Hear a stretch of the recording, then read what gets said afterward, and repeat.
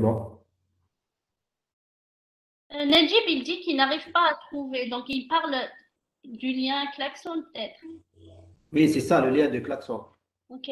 Vous pouvez le repartager s'il vous plaît. Alors, on peut commencer. Bonjour à tous et bienvenue. On est 23, 24 à présent. Bienvenue encore à cette troisième conférence de l'événement, de la deuxième édition d'Agile Algeria. On s'est présenté tout à l'heure, mais je vais le redire pour les gens qui n'étaient pas là. Nous sommes un collectif d'Algériens, certains qui vivent en Algérie, d'autres à l'étranger.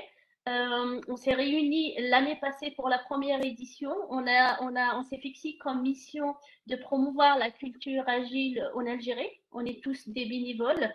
Je dirais, notre passion à tous qui nous réunit, c'est l'agilité et l'Algérie. J'aimerais peut-être remercier tous les sponsors. On en a trois cette année pour cette deuxième édition. Donc, il y a Agile Ancien Academy, Aman Partners et Casa Academy. Tous ces trois entreprises excusez-moi, toutes ces entreprises sont spécialisées dans la formation en agilité, notamment des formations certifiantes. On a aussi avec nous deux partenaires, Cisco, avec cette plateforme WebEx, d'ailleurs pour la deuxième année. Merci beaucoup pour Cisco. Et un deuxième partenaire, KD Concept, pour cette année, qui est spécialiste dans la conception et l'hébergement des sites web.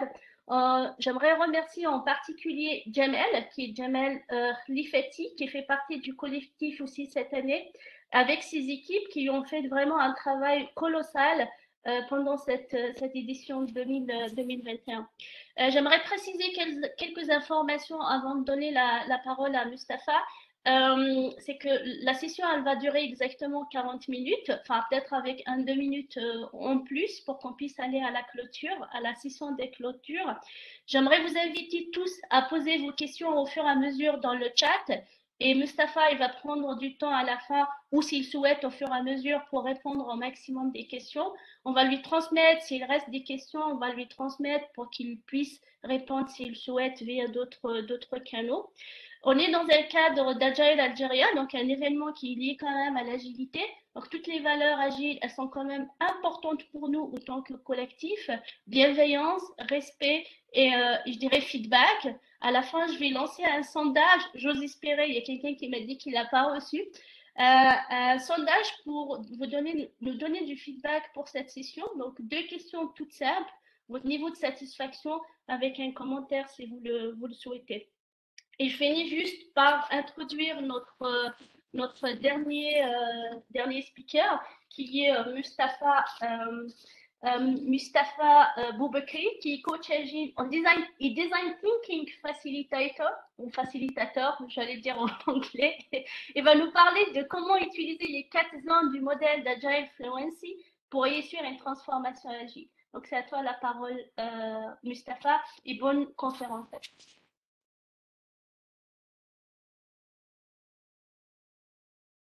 Est-ce que vous m'entendez? Allô? Allô? Oui, très bien, ça va. Ok, merci beaucoup Najma pour l'introduction.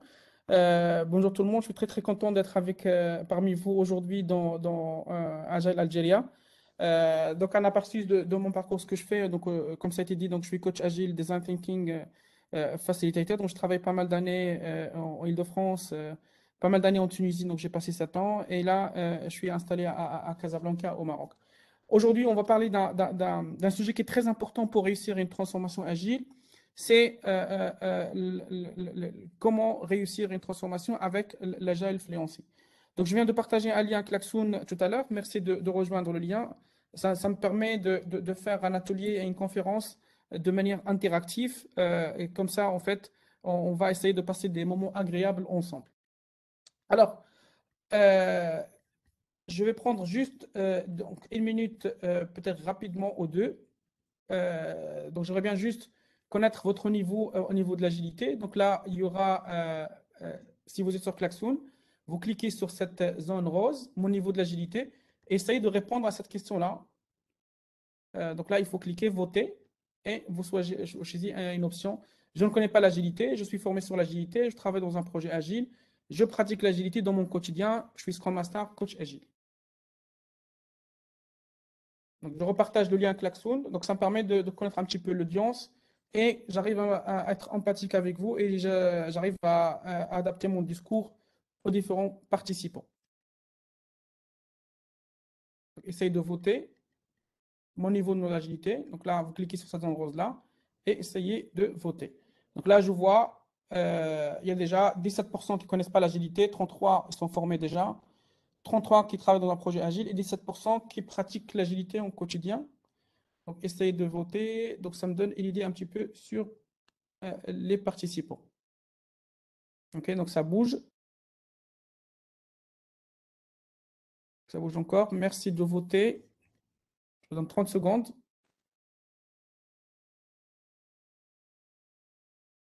OK. Donc, c'est clair. Merci beaucoup pour votre retour. Alors, pourquoi l'agile fluency? En fait, après plusieurs années d'expérience dans l'agilité, ce qu'on a remarqué, c'est qu'on a remarqué lorsqu'on pose la question à un client ou bien à un collaborateur, qu'est-ce que vous voulez mettre en place en termes d'agilité? La majorité, ils vont répondre Scrum. OK? Pourquoi? Parce qu'ils disent que Scrum, voilà, c'est l'approche ou bien le framework le plus utilisé, à hauteur de plus que 50% au niveau du marché. Et donc, peut-être ils disent que voilà, il faut qu'on adopte Scrum. Lorsque j'analyse et rentre dans le quotidien d'entreprise, on voit peut-être que l'entreprise a besoin de mettre en place peut-être Kanban. Mais quand même, le client va te dire non, non, non, j'ai besoin d'avoir Scrum. Pourquoi? Parce que peut-être le conquérant, il a fait Scrum, ou bien parce que le marché est en train d'adopter Scrum, donc je vais faire la même chose. Donc finalement, un point qui est très important, ce n'est pas toutes les approches, toutes les frameworks, en fait, ils sont adaptés à votre contexte, à votre entreprise. Donc vraiment, il faut chercher un framework, une approche qui vraiment qui fit avec votre contexte, avec votre situation. C'est pour cela que malheureusement, dans notre contexte, on voit qu'il y a pas mal d'échecs au niveau de transformation agile. Pourquoi? Parce que en fait, parfois, même si on dit on est en train de faire du coaching, même en train de faire de faire de la contextualisation, mais malheureusement, on va faire l'agilité pendant 2 ans, 3 ans, 4 ans. Après 4 ans, 5 ans, en fait, on va commencer à voir que malheureusement, les pratiques, on n'est pas en train de le faire. Parce que ce qu'on a pu faire, c'est juste prendre Scrum ou bien une approche donnée et la mettre en place. OK? Mais ce qui est important, c'est qu'il faut commencer à s'intéresser à une logique de durabilité. Comment je peux faire une transformation durable dans le temps. OK? Et donc, il y a un mot qui est très, très intéressant, c'est ce qu'on appelle fluency. OK? Alors, c'est quoi fluency? Fluency, c'est la façon dont une équipe développe un produit, un logiciel, OK? Et lorsqu'elle est sous pression. Pourquoi? Parce que lorsque je dis qu'il faut faire sprint review, sprint rétro dans une approche Scrum, les gens disent oui, peut-être c'est intéressant, ils vont essayer de le faire. Lorsqu'on est cool, il n'y a pas de stress, il n'y a pas de pression, il n'y a rien, c'est bon, on va pratiquer le Scrum, on va le mettre en place. Mais par contre, ce qu'on a remarqué, le jour où il y a le stress, où il y a une date de livraison qui est très proche, les gens me disent, Mustapha, attends, on n'a pas le temps, on n'a pas le temps pour faire une rétrospective ou une amélioration continue, et il faut qu'on le livre. Et donc, fluency, ça veut dire quoi? Fluency, lorsqu'en fait la pratique et l'habitude, elle est rentrée en fait dans notre quotidien, même s'il y a une période de stress, de pression, on va pratiquer l'approche. C'est pour cela que malheureusement, c'est que une fois il y a le stress, on va sauter les réunions quotidiennes, on va sauter les rétros, on va sauter peut-être les démos. Lorsqu'il y a un coach agile qui ont l'organisation ou bien un Scrum Master, c'est bon, les gens pratiquement, ils exercent, ils pratiquent ces approches-là. Mais par contre, il suffit que le Scrum Master quitte l'entreprise, le coach agile arrête sa mission, ok? Finalement, on va voir que les pratiques vont commencer à baisser en termes de réalisation. Et donc, la vraie maîtrise, c'est lorsqu'on va dire qu'on a une pratique vraiment routinière, quotidienne. C'est pour cela que malheureusement, je trouve que les indicateurs ou bien plutôt la maturité agile, il prend juste en considération que est-ce qu'on fait la pratique ou pas.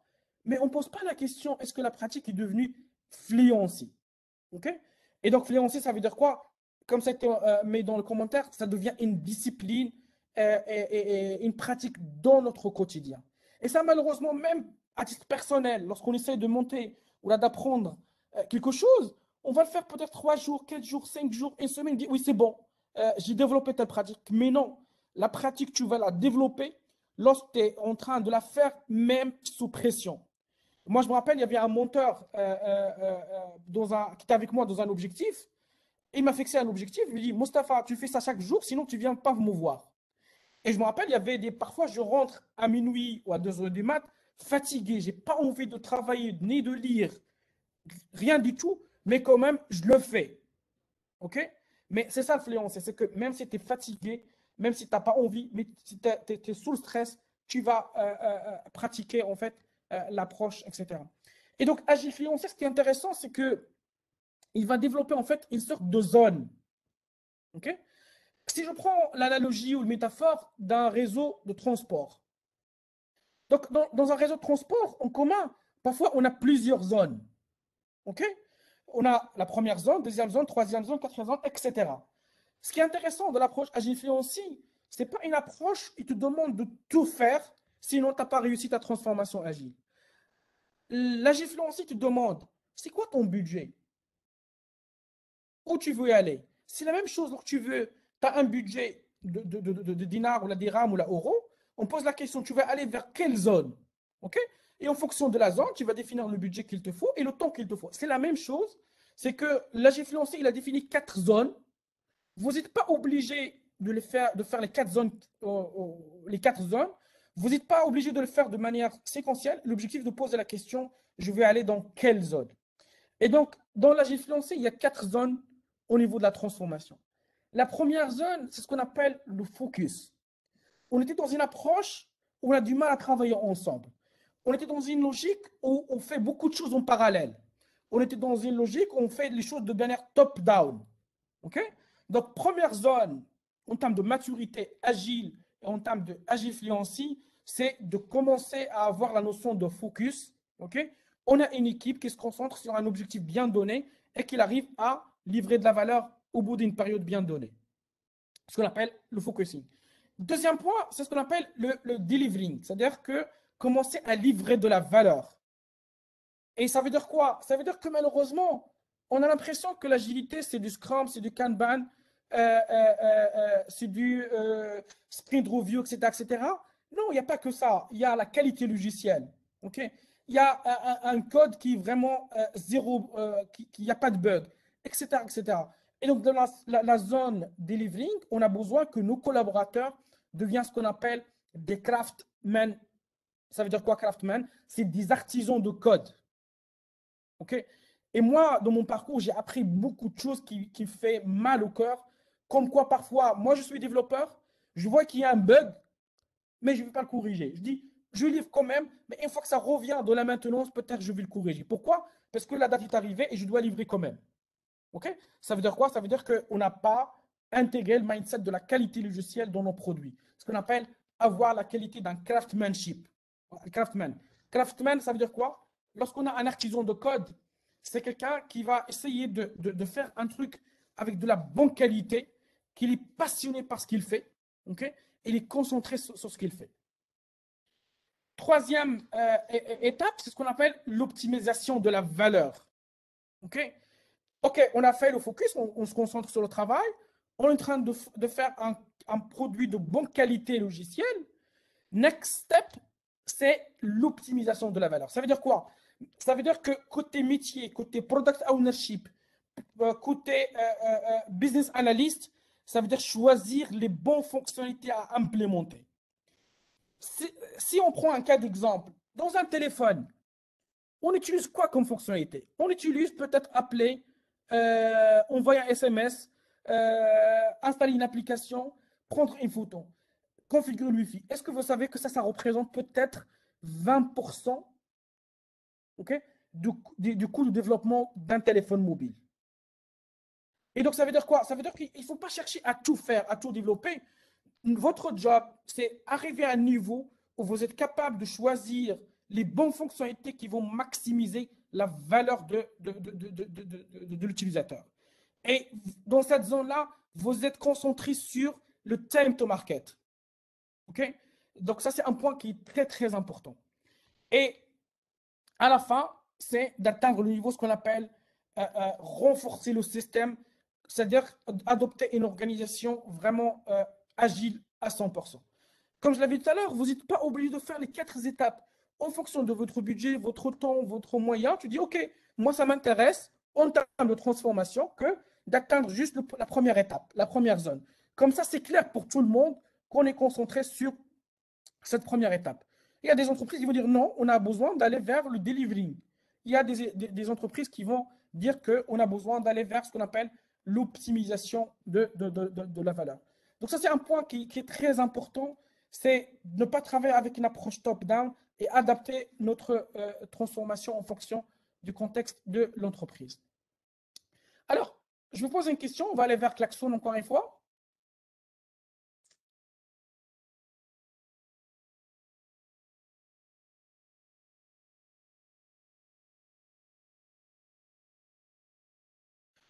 Alors, supposons que votre entreprise a envie de faire une transformation agile.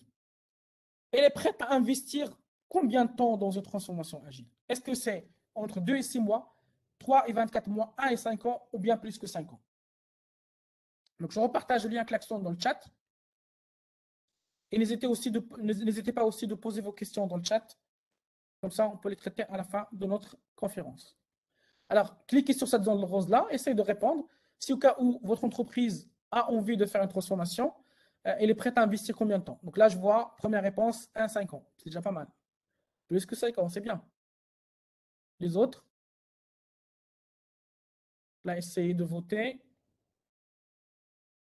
Donc, je synchronise. Rapidement, je donne 30 secondes.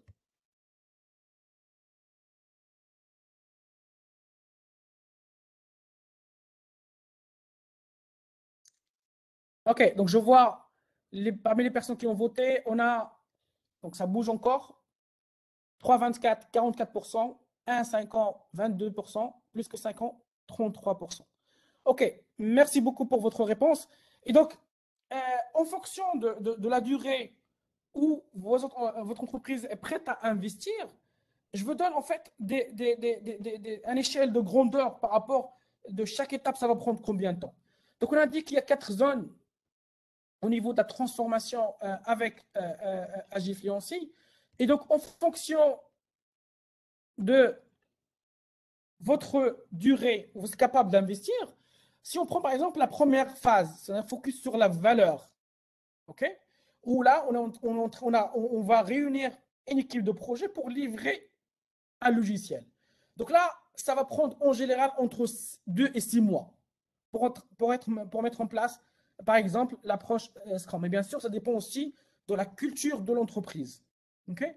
Si au cas où on a 3-24 mois, peut-être là, on peut aller vers ce qu'on appelle livraison de la valeur. Où là, ce qu'on va obtenir comme bénéfice, c'est la qualité logicielle. Okay? Et donc là, on peut commencer à mettre en place des pratiques comme XP, Extreme Programming, DevOps, DevSecOps, etc. Si je suis prêt à investir entre 1 et 5 ans, dans ce cas-là, je peux aller vers l'optimisation de la valeur. Ce qu'on va obtenir comme bénéfice, c'est un produit avec une excellente business value. Et donc là, on peut mettre en place des pratiques comme Lean IT, Lean User Experience, Lean Startup, Design Thinking. Et à la fin, lorsqu'on veut atteindre un niveau pour optimiser toute l'entreprise et mettre en place ce qu'on appelle Agile Enterprise, ça c'est inconnu, peut-être ça va prendre 5 ans, 6 ans, 10 ans, ça dépend de la culture de l'entreprise. Et donc, en fonction du temps que vous avez et les moyens que vous avez, vous pouvez décider, moi j'ai un ticket pour aller vers la zone de focus sur la valeur, ou bien livraison de la valeur, ou bien l'optimisation de la valeur, ou bien l'optimisation du système. Et pour chaque zone, il y a des pratiques qu'on peut essayer de mettre en place. On va prendre quelques exemples, comme ça donne des idées d'inspiration. Comment vous faites si au cas où vous avez un projet de transformer une équipe et une entreprise.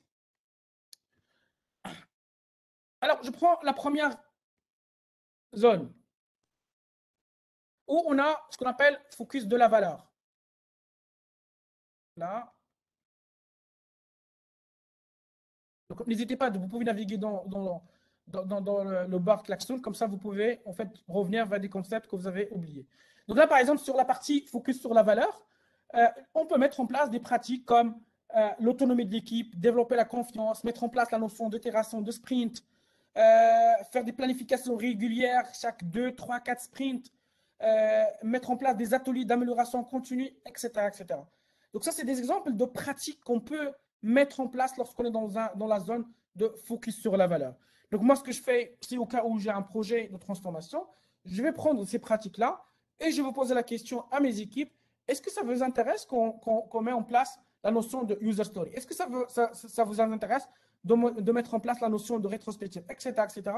Et on va décider ensemble sur les pratiques qu'on veut mettre en place. OK? Comme ça, on est vraiment dans une logique de co-création. OK?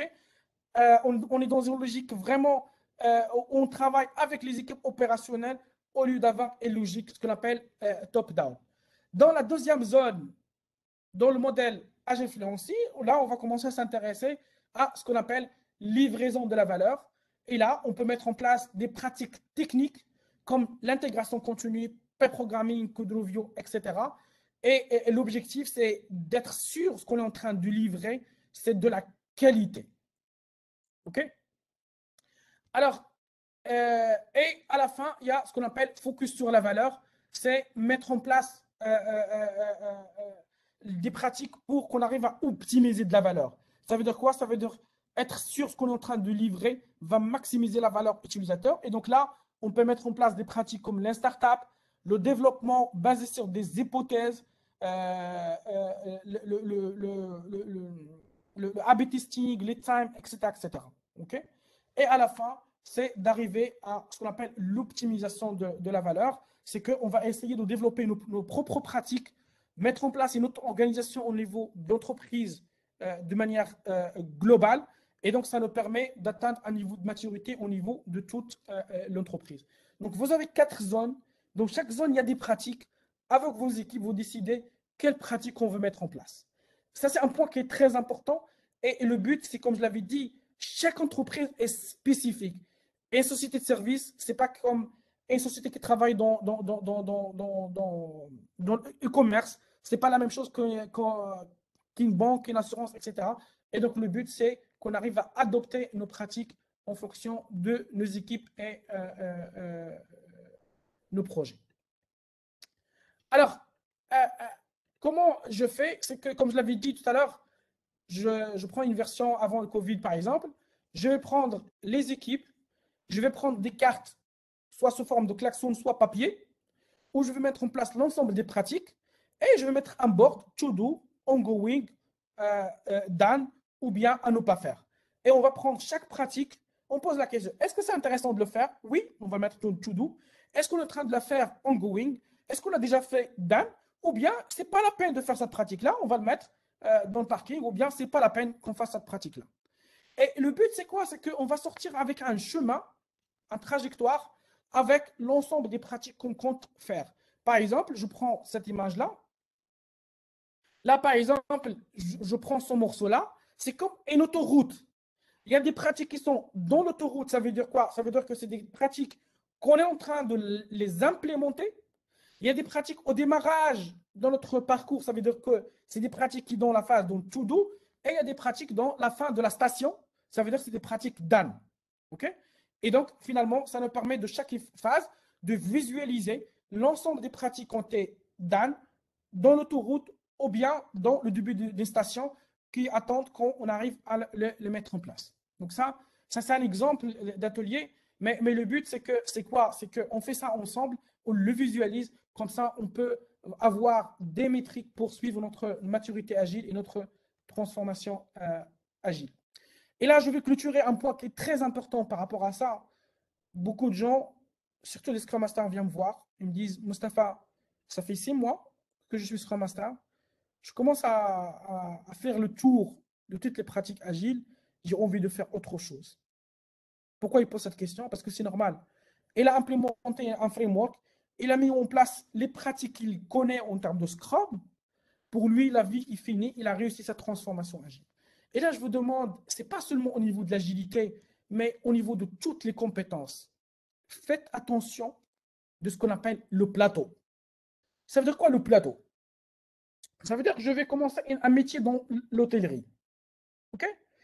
Je suis débutant, je vais commencer à apprendre. Au bout de 6 mois, 1 an, j'atteins le plateau. Je dis, c'est bon, il n'y a rien à apprendre. OK? Et parfois, on rentre dans une zone de démotivation. OK? Non, pour chaque métier, pour tous les métiers, vous pouvez dépasser le niveau que vous avez pu atteindre au bout de 6 mois pour aller vers un niveau d'expertise ou bien de maîtrise totale, ce qu'on appelle le mastery.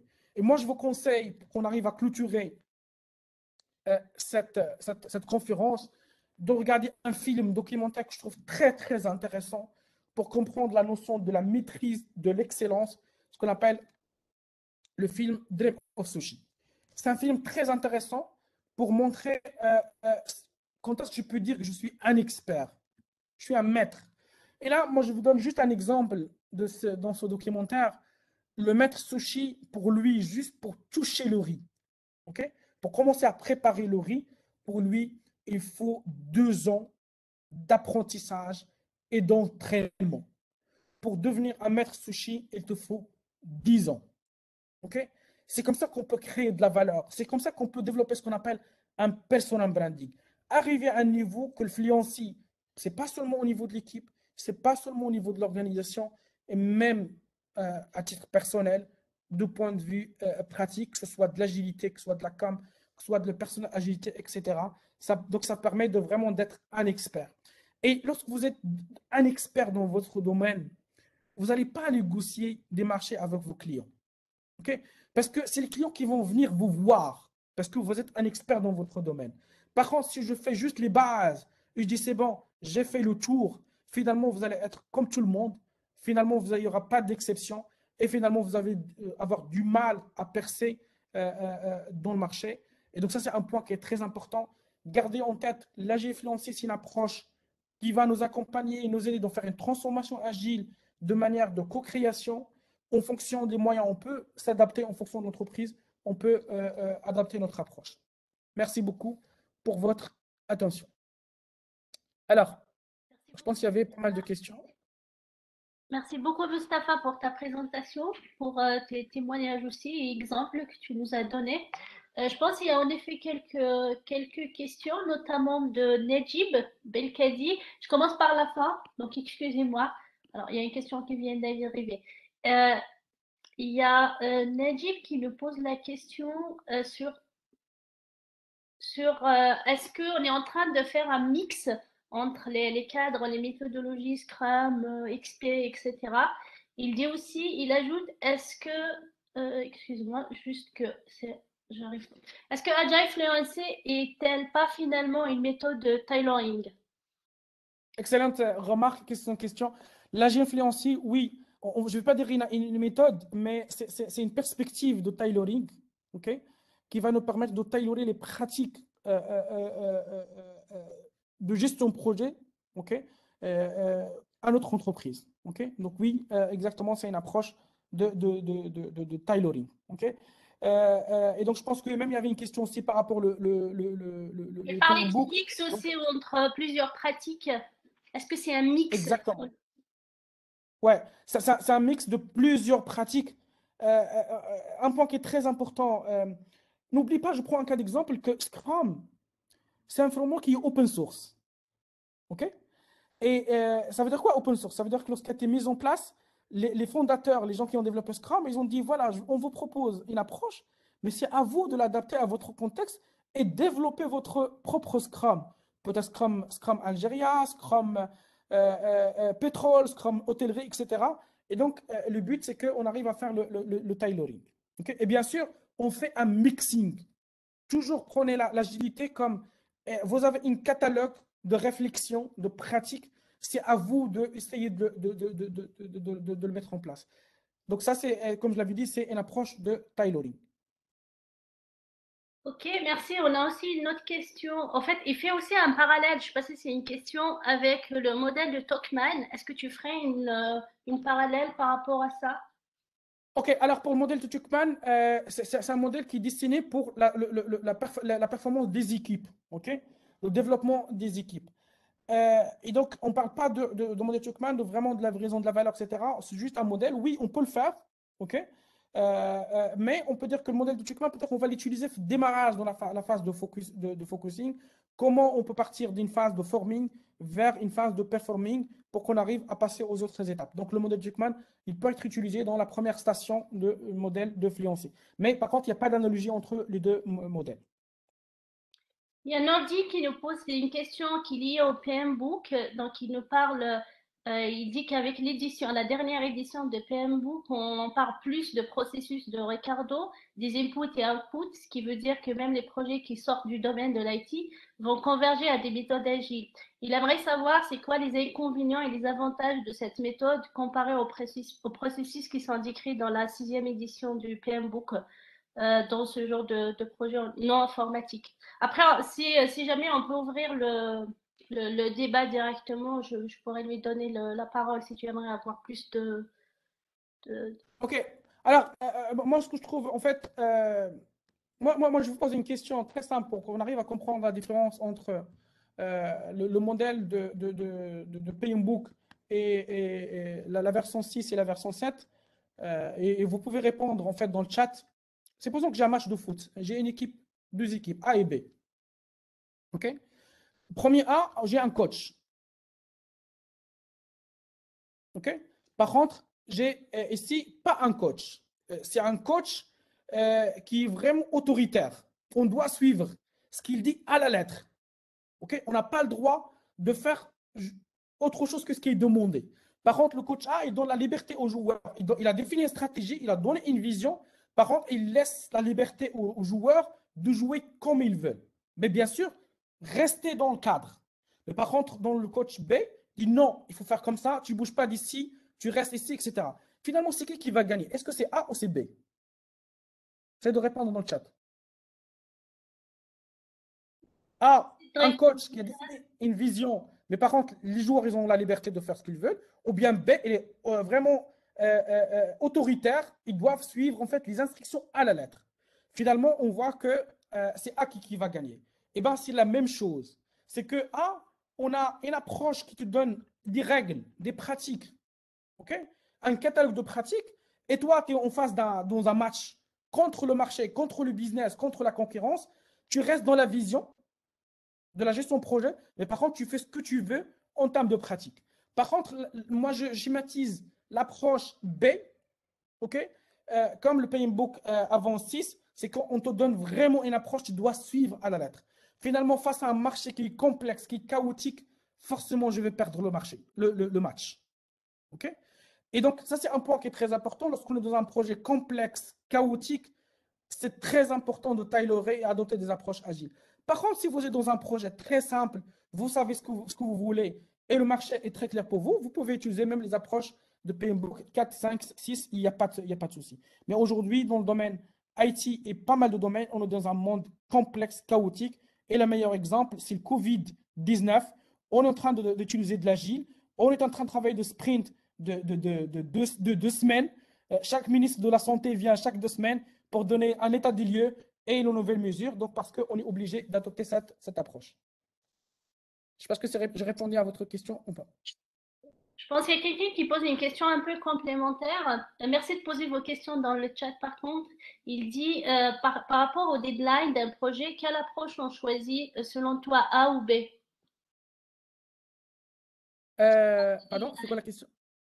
C'est quoi la question? Il dit, c'est par rapport au deadline, par rapport au délai, il dit, quel est d'un projet, quelle approche utiliser par rapport à ce que tu viens d'expliquer? Est-ce que c'est A ou B? Alors, pour moi, c'est A. Pourquoi A? Ça me rappelle un petit peu le triangle des contraintes que vous connaissez un petit peu dans la gestion de projet. Dans la gestion de projet, qu'est-ce qu'on a? On a, en général, dans les projets agiles, on va essayer de fixer. Pardon. Donc là, qu'est-ce qu'on a? On va essayer de fixer les délais. On va essayer de fixer le budget. Après, on fait varier le scope. OK? Donc, si j'ai un délai pour livrer un projet, par exemple, je vais commencer à mettre en place les équipements 5G à Alger. Donc, on a fixé un objectif de 1 an pour faire ça. OK? Finalement, au bout de 1 an, on n'a pas pu livrer l'ensemble des équipements. Qu'est-ce qu'on fait? D'habitude, on va prolonger la mise en place. Là, j'ai non, on livre ce qui a été fait, on livre de la valeur, Et après, peut-être on va rajouter en fait une période pour livrer une deuxième partie.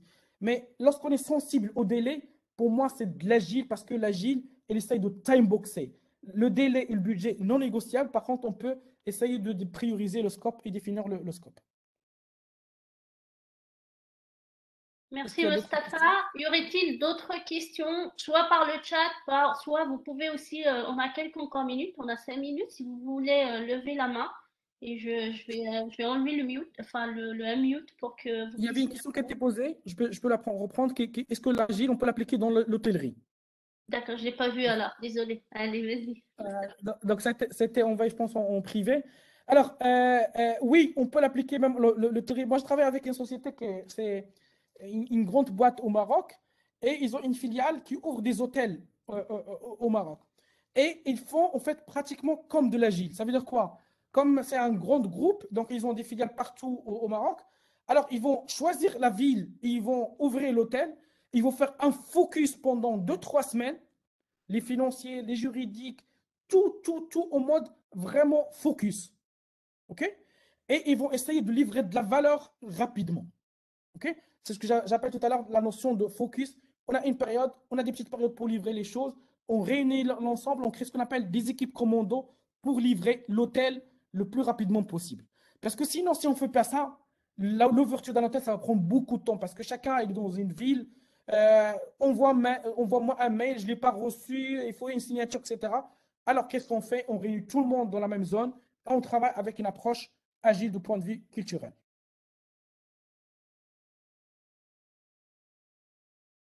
Est-ce qu'il y a Merci d'autres Mustapha. questions?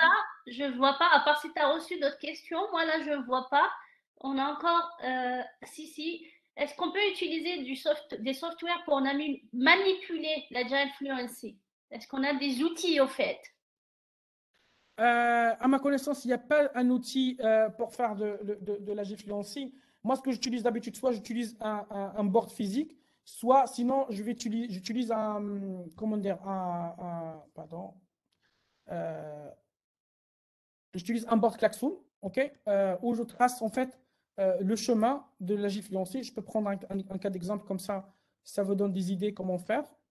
Mais pour répondre à votre question, il n'y a pas à ma connaissance, il n'y a pas d'outil pour faire ça. Et c'est pareil, comme la logique de tailoring et fluency, développez vos propres moyens, vos propres outils. Parce que parfois, lorsqu'on fait des outils, parfois on est figé dans l'outil, donc parfois on a du mal à sortir de ces outils-là. Ok, merci Mustapha. On a encore peut-être une ou il nous reste 3 minutes. Alors il dit, Najib, est-ce que Agile Fluency est un framework de change management pour des transitions agiles? Alors, le change management, elle est aussi dans la fluency, ok? Mais ce n'est pas seulement le change management. La change management, même si on fait la fluency, peut-être on aura besoin aussi des pratiques du change management. Mais la fluency, surtout, il nous donne une roadmap en termes de pratiques à mettre en place. ok? Mais par contre, on aura besoin d'avoir des pratiques du change management. Je pense que j'ai répondu à votre question. Oui. Y a-t-il d'autres questions? Sinon, je vais envoyer j'ose espérer que vous allez recevoir le sondage pour donner du feedback pour cette session.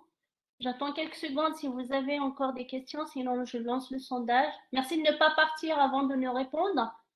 Il est assez court.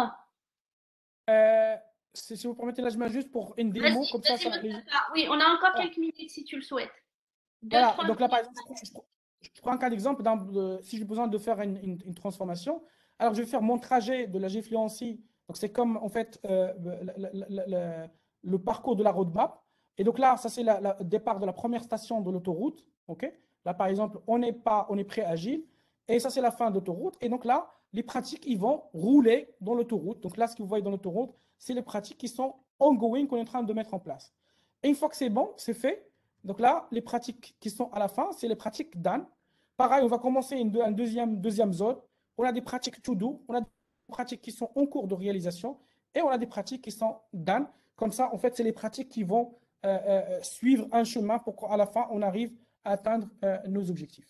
Ça, c'est juste un retour d'expérience pour montrer comment on fait en pratique. Merci beaucoup, Mustapha. Oui, Karim qui nous dit que l'agilité est une façon de penser. On ne cesse pas de le répéter que c'est un mindset. C'est un mindset, exactement. C'est un mindset. Merci beaucoup à tous. Merci de ne pas partir. Du coup, je vais lancer le petit sondage. Dites-moi si vous ne le voyez pas. Il y a quelqu'un qui m'a dit qu'il n'a pas vu tout à l'heure. Ce serait dommage de ne pas avoir votre feedback. Donc, je vais essayer juste de le lancer. Alors, pour cette dernière conférence, et dites-moi si vous le voyez. Ça arrive. Voilà, là, je l'ai lancé. Vous devez le voir. Mustapha, je ne suis pas sûre, mais les autres, vous devez le voir. Merci de D'accord. répondre. Ouais, je vois qu'il y a des gens qui répondent, donc normalement, il est affiché. S'il y a quelqu'un qui ne le voit pas, merci de me l'indiquer. Quelques secondes encore.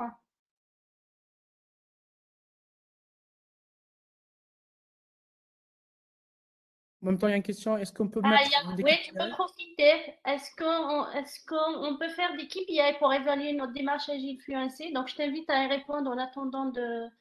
Ouais, oui, on peut faire des KPI. En fait, déjà, lorsque j'ai présenté un petit peu les durées et les différentes phases, là, par exemple, la première phase focus sur la valeur, on peut mettre des KPI, par exemple, tout ce qui est prédictibilité, c'est-à-dire que comparer l'engagement par rapport à la réalisation, ce qu'on a planifié de réaliser et ce qu'on a réalisé.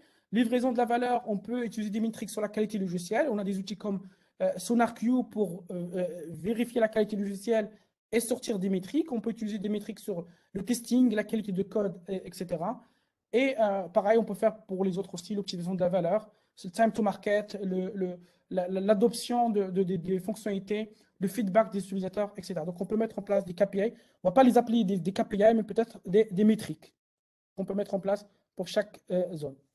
Très bien. Merci beaucoup, Mustapha. Il me semble qu'il n'y a plus de questions.